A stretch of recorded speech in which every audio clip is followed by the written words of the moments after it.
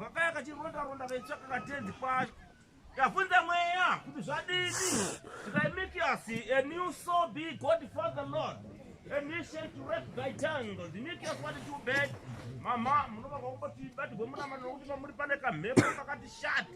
Zoti kwachiona nomweya a trade you say minister. Ndaura muchifamba kureso. Vanongati kutendeka. Make us man. And you say by now. Man, you speak now too bad for the heavenly Father too better. Man, you speak now, make us man. We are trusted by Jangle. Man, you speak now too bad. Because you know that can you set be goaded by Jangle? Man, you speak now, Paris, Mashoko, Nanga, the Taka Mosha, Kutivana, your so I know Pomme, Papa, but Shata. So I know Mikas, one for Wita Panamera. The Radical Woods. You ready forever, master created by Jangle. The man, you speak now, Vabetere. No pakata shama denzi yakawa kumurira zvimwe zvinhu zvakashata man. Then concern with Ben Costa, Ben Father Lord God. Zvikakonzerera kuti kugara kwenyu nehama dzenyu mungavhiringana too much. Mukazoona moti apa mabha magara apa mabha muchipomedzerwa magara. A brain mighty connection point be ever so now. Make us look at it to make them contented by Judy man. Make us look makapome tundizigwa zvimwe zvinhu neimwe shamwari yanga yakambashata kuti dhuma mind you say saka zvoda kuti zvimugadziriswe zvipere kunyarara. Lord God forever speaking Master Holy again why you sprinkled by Jangled mweya ukanditi imira zvinhu rai a breed mind condemned maxigin by justifier. Zvaprofitwa nomweya ndizvo chaizvo asi pasara chinhu chimwe chokuti mweya wati muviri wenyu chaiwo wakashota ukarega ruve nemi asi zvokutenda kumiri zvazvo zvazvina basa mune shoko remhuri rinoramba chikutenderedzai musoro kudai. Empty mind God Father too bad. Sapoita kamwe chimurore chakata chimutana choramba changoti nemisona kudai. Zvega zvichibvira kuti uyu munhu akangofa zvangu zvanetsa zviraiva kuti kwachiona nomweya shoko zvakapoti netsanenetsane panyaya munda kuti a real mind connected by Jangle to ever Master Holy. Saka kanosvika pamunda penjero nguva kudai kamuroi ikako mikasiman a mission promoted by Jangle the mind you speak now zvidai nomweya inosvika ndokuza ndochokwadi ndozviro kwazvo. Saka zvinova hodana zvokuti uudze murume uyu kuti ivo pana pakumbirwe mvura yaanonotora pakatenamira wonokusha kumba nokugeza. As muviri wako muranda wamwari wakashata too much. So good minister, how are you saying? The administration controlled by Jangle, the Mikasi. Mind you so be ever set bent by Jangle. No and do somewhere. Kunyarara. Amen. Ukarima Chris. Saka. Paul was what way? Munocheme thongwe yango dzimwe atinga goni kuchemezi ngezirima ringati zirika isu.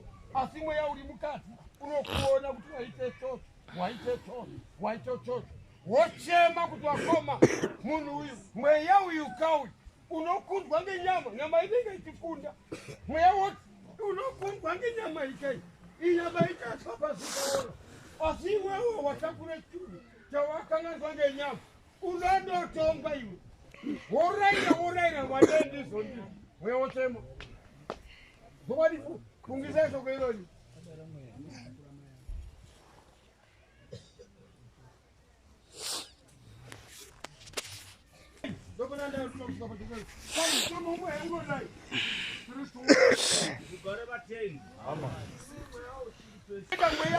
Uya wakati kama penda kosi unaita bear record unorekorda chaunochema kwauri iwe chawaita unonyora urikuzingwe aunyori munyamba unonyora pa uyo mweya unonyora panyama iyi kuti wete upo ndakamboti ndawanda waba ndakambomuti chana nemaoko ako wonai wamwedo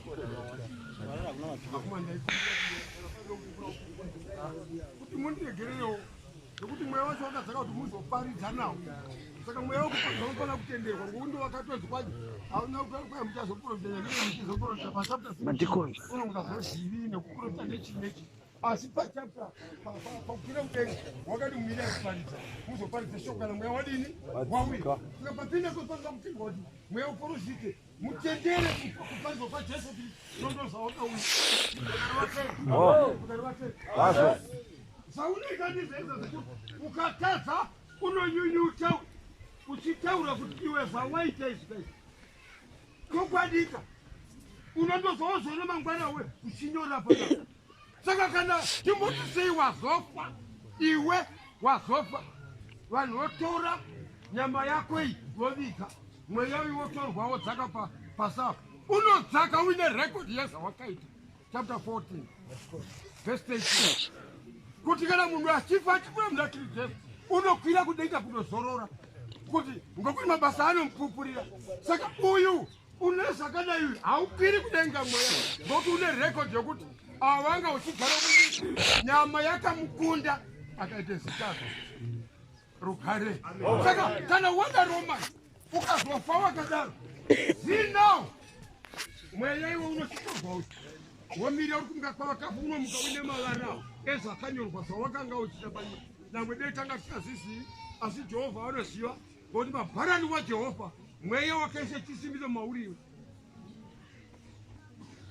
Sakizari waJehovha sakizari waKristu pamabasa edu mweya unenge uchinyora mabasa ako pazuva remhedziso unotongwa ngezvawakaita zvine rekodhi pamweya wako unozingwera aiwa zvekuti ungandipomerei ini mafuta okuzora zvokuti ndingakupomerei wewe mafuta okuzora chikuru chiri pauri irekodhi yakanyorwa pamweya wako. Uyu mweya uyu ndio zvaunenge uchiita uchinyora rekodhi iyo. Saka upukunyuka ino mweya unobva warwadziwa kuti kana richidiwa nawo musahura kana ukanzi usahura zvikadzimwa ngeropa raJesu iyo ndichazviiti kwakadzima mweya uya wosara wakati mbumbumbu kudai usisina tsi ndavadochiri basa reropa raKristu kuti rigere vanhu zitatu. Hakuna unoita kudenga ngokungana kafana tichaenda kudenga through the blood of Jesus. Tichaenda kudenga through the blood of Jesus. Tinoregerwa ngeropa raJesu. Kana taregerwa tikazofa mweya wangu usina record chakashata kudenga ndodi ndoini. Saka tinoparidza Kristu kuti all of you come to Jesus.